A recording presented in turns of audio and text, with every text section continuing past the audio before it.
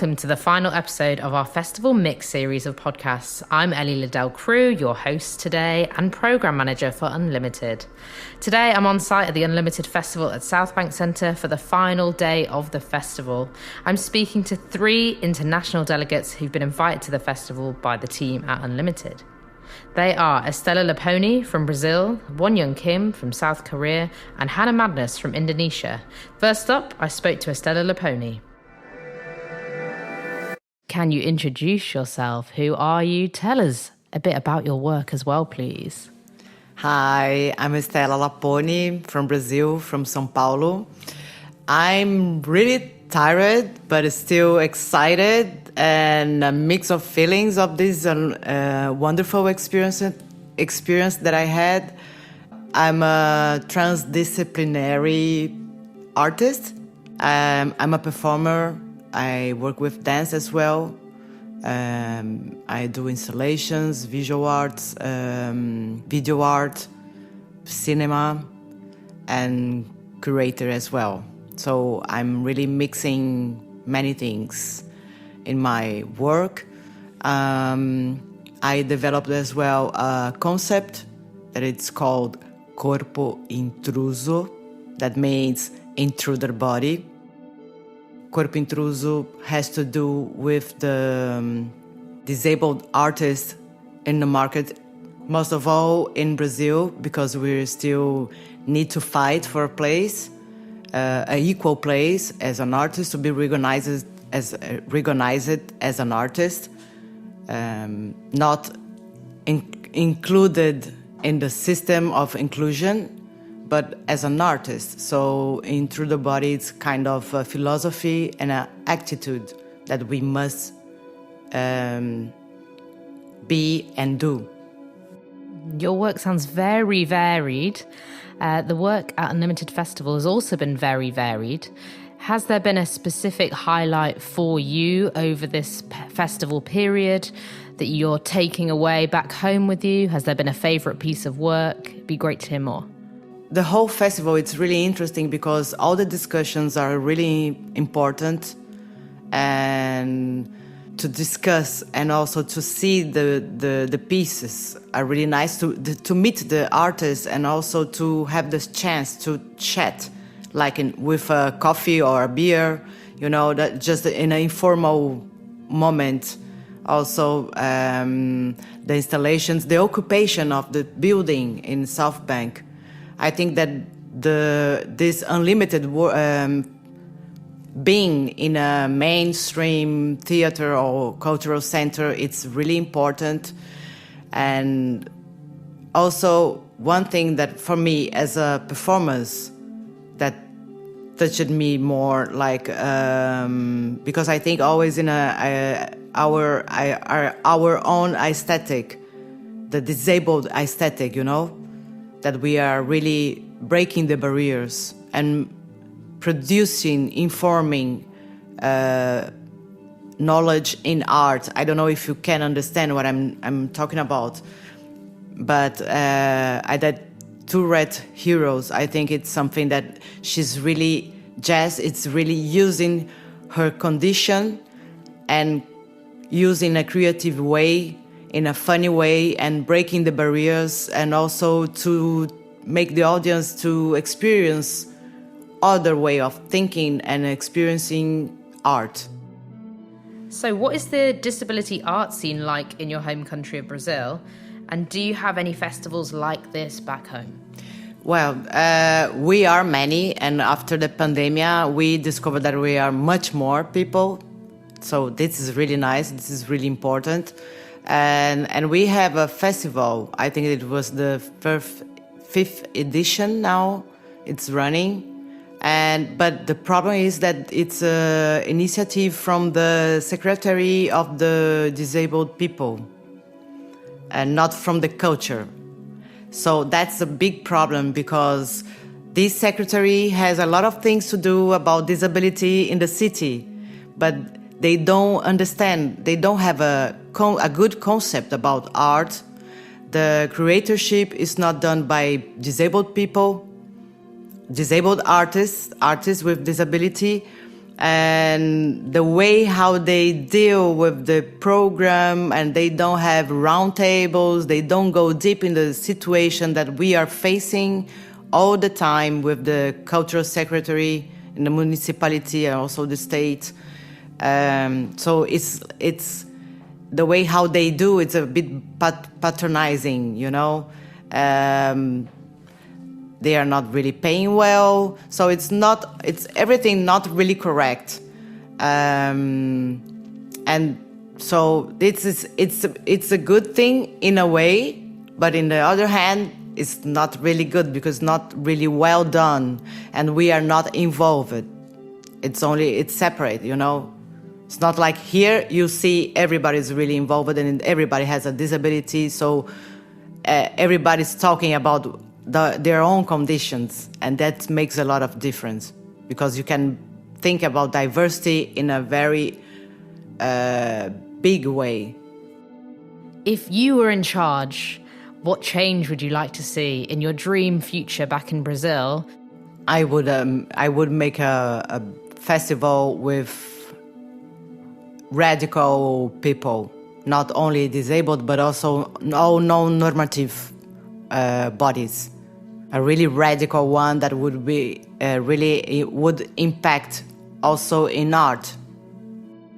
As a activist artist, I always tried, in my condition that I have a disability, and I was always trying to intersect my disability with other non-normative bodies. And in Through the Body, the Corpo Intruso research, I started to relate also the indigenous in Brazil. They were the land, they were the owners of the land, and then they became intruder bodies. The Portuguese were intruder bodies in Brazil, and then we are colonized, so they invaded Brazil, and the indigenous became the intruders.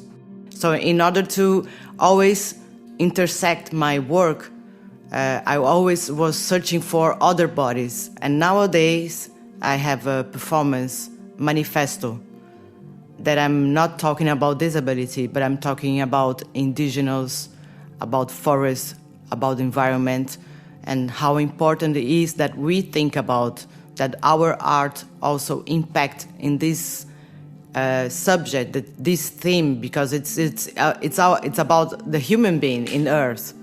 They are not respecting. In Brazil, a lot of fires are killing all the forests. Amazon is dying, and also the indigenous are dying. Still, they are dying. Still, they are killing the indigenous. Still, they don't have the right of the land, about the land. So in manifesto, it's not that I'm talking for the indigenous, but I'm bringing them with me. I'm using the speech of Ailton Krenak, that's an important indigenous activist. So this is, I think that it's really important that we as an artist and an activist as well, we think about everything about indigenous, about understanding that if we don't talk about the nature, the environment, nothing else, it's important because we will all die. I think what you said is such a valid point, and we're generally seeing a shift and change of a lot of disabled artists are exploring climate justice, environmental justice, and radical issues because we are all intersectional human beings. Yeah, it's all connected. If the life is going down the drain, we cannot talk about inclusion, unlimited. It's about that as well. I think that if we are not occupying all the space and talking about what we think in a more radical way as well, I think that this building, it's really important to be here, occupying this building, and till the moment that we are occupying everywhere. Thanks, Estela. Great to hear a bit more about disability arts in Brazil and a little bit more about your practice in there too. Next up on our wonderful trio today, we have Won Young Kim. Great to meet you, great to see you, great to be here in person. Can you tell us a bit about yourself and your work, please? Nice to meet you all. Thank you for having me.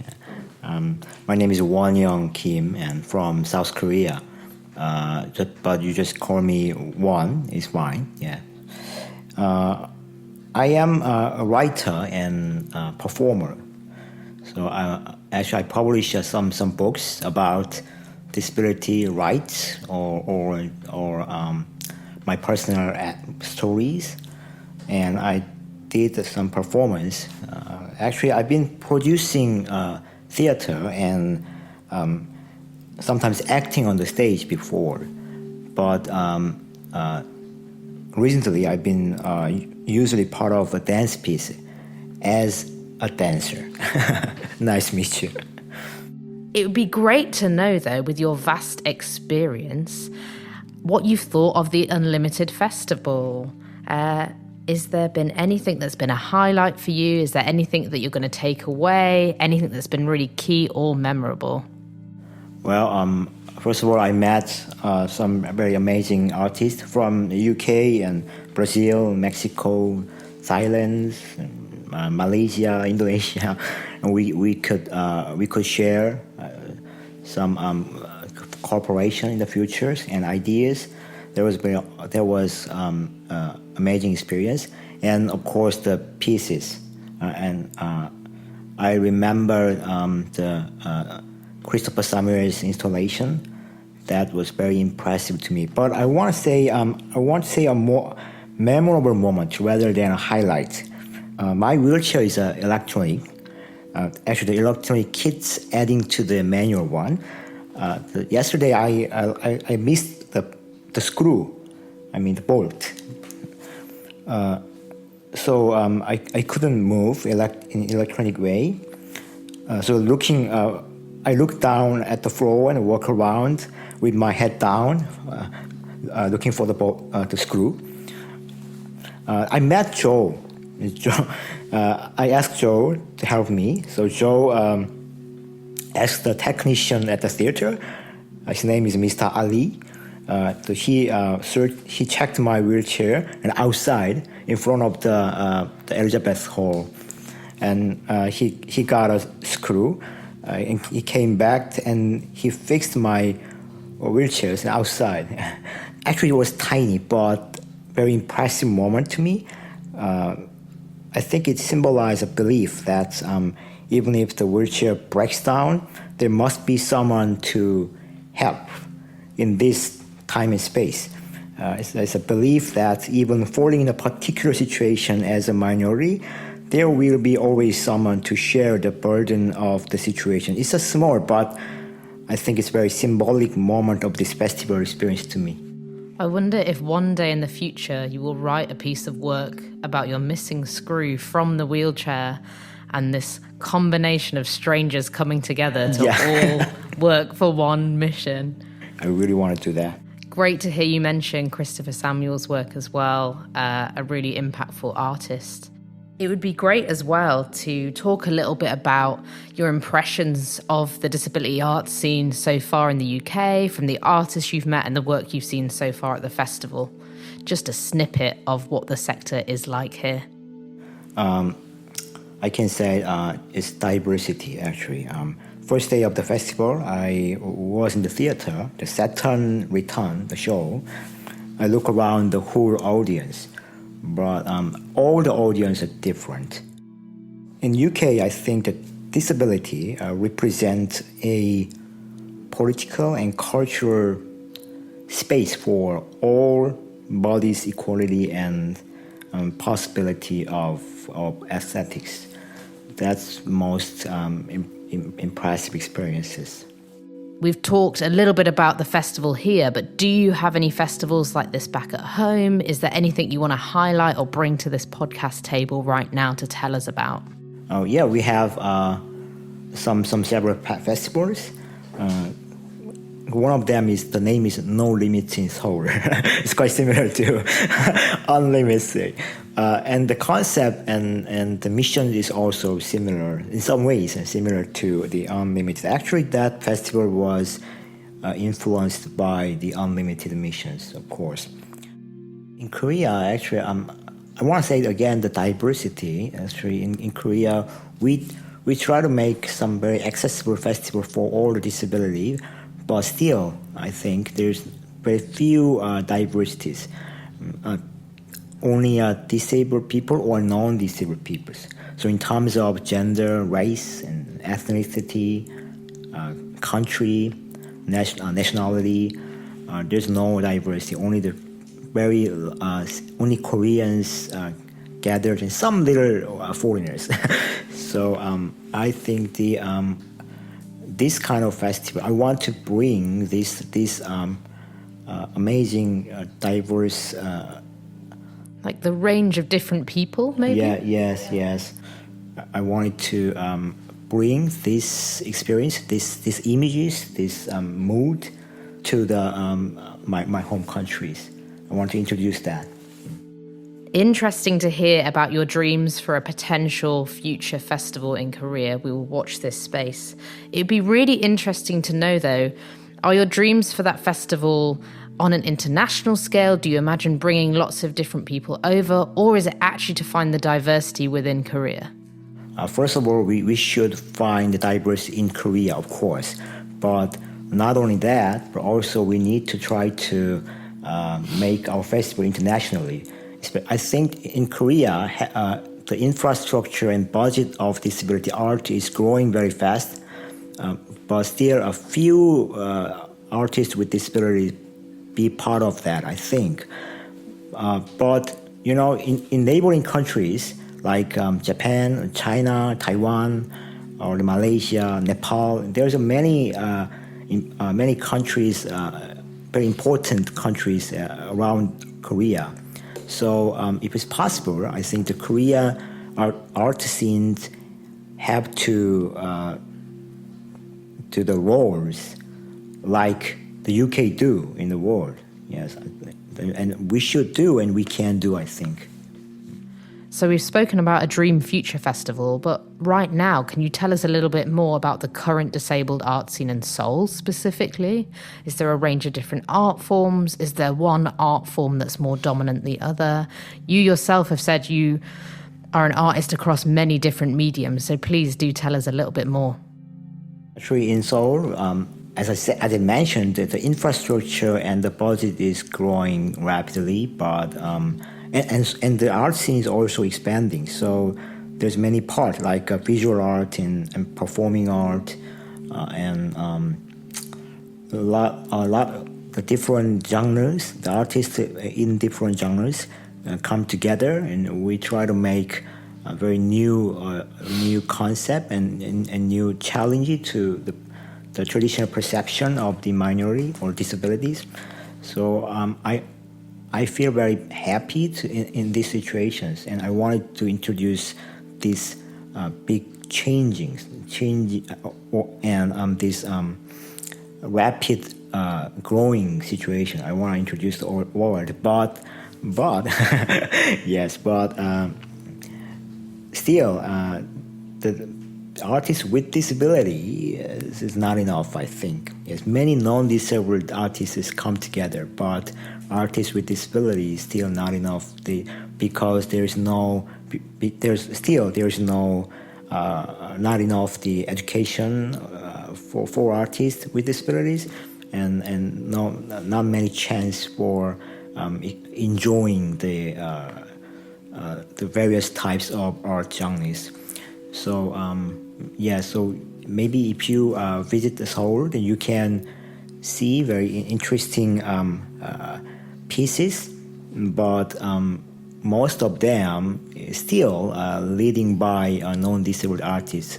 Yes, of course they try to cooperate in equal relationships with the artists with disabilities, but still they are leading. I think they usually lead the art forms. I believe that is our situation now. Thanks, Won Young Kim. Fab to hear all about the work you're doing and a little bit more about the scene over there in Seoul. Finally, we're catching up with Hannah Madness, last but not least on our trio for today. It is a pleasure to be here with you at the Unlimited Festival. First off, can you tell us a bit about yourself and your work? Hello everyone, I am Hannah Madness. I am a visual artist and mental health activist based in Jakarta. I do painting, digital illustration, mural to address mental health issues or disabilities based on my personal experiences. And I first discovered art as a cathartic medium in maintaining my sanity during my high school years. It was my response to a mental crisis that I had since I was a kid. Those contributors have slowly reshaped me mentally at a quite extreme level. So I just depended on sketchbook and drawing pen as my loyal friends. I found comfort in writing and doodling anything about my feelings. And of course, I did that only to keep me sane without imagining that I would end up by getting the appreciation like I've got nowadays. And so far, my artistic practices have been through individual and collaborative projects involving communities, the marginalized ones I like, organizations, company from both the private and government sectors. And then when I can honestly voice my concern as a person with mental disabilities through most of my works, then people want to hear more about the narrative, then people enjoy it and are able to open a public conversation on the many voices that have been silent so far. This thing really made me realize that I wasn't alone. There are so many people who are also struggling even though our challenges and obstacles are different.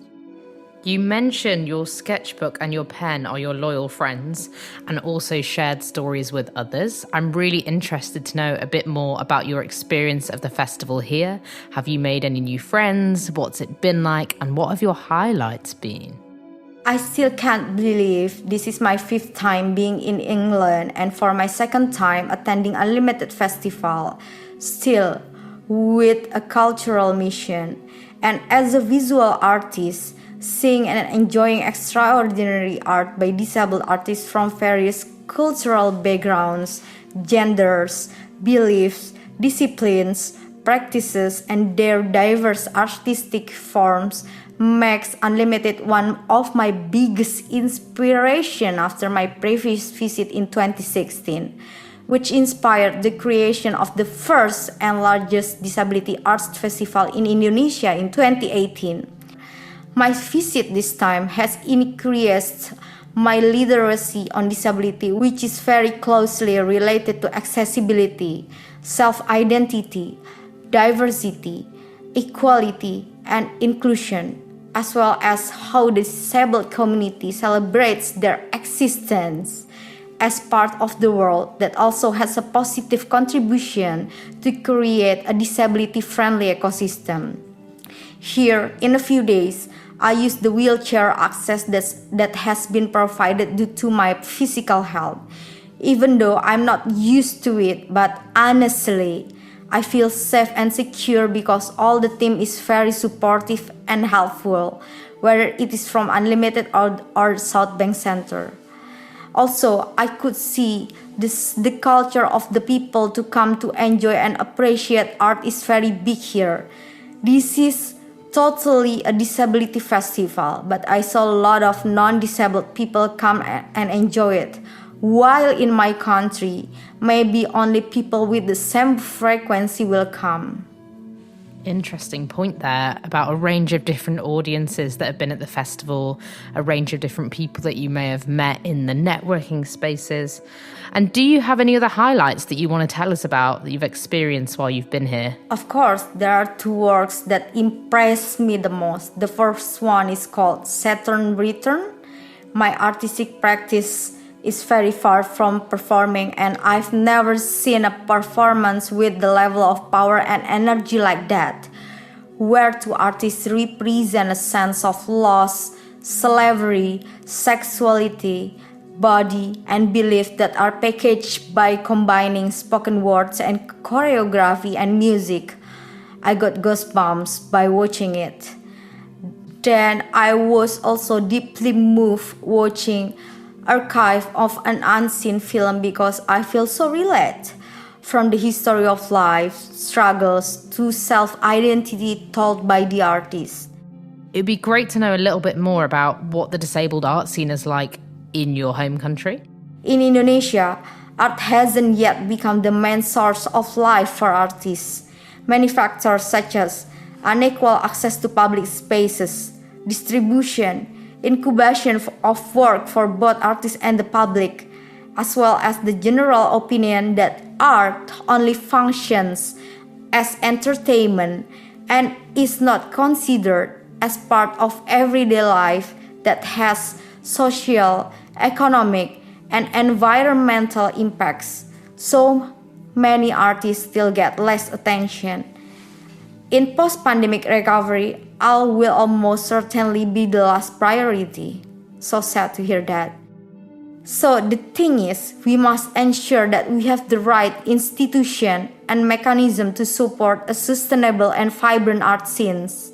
Collaboration, collectivity, togetherness, we need to create that, both from the government, private sectors, group and individuals. And how does your work fit or not into that? So, my works reflect my journey as a person with a mental disability who lives in a very patriarchy culture and grew up in a very conservative environment. And I try to normalize mental health issues through my works that are inspired by my difficult life experiences from childhood to the point when I received medical treatments at a psychiatric ward in Jakarta. And all those narratives really influence the works that I make until now. As an artist, I feel I must continue to present work that provide joy, interaction, and inspiration, but they also provide wise criticism of the system to encourage the community to engage wisely and make steps in social progress. I want to be a professional artist without hiding my identity as a disabled because I'm proud of that. And by working with artists or community in other parts of the world from different backgrounds and cultures, it always leads me to beautiful exchange of ideas which creates artistic growth, empathy, and new understandings. Thanks, Hannah. It's great to meet you for the first time in real life, even though this is your second time at an Unlimited festival. Fab to hear about your experiences, past and present. Thank you to all our wonderful guests on this podcast. Thank you if you've joined us online or in real life as part of the festival too. I've been your host, Ellie Liddell Crew, and this has been the Unlimited podcast.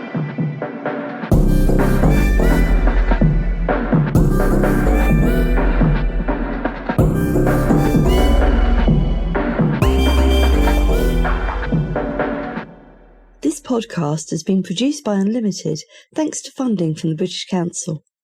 Unlimited is supported by Arts Council England, Arts Council of Wales, Creative Scotland and the Paul Hamlyn Foundation.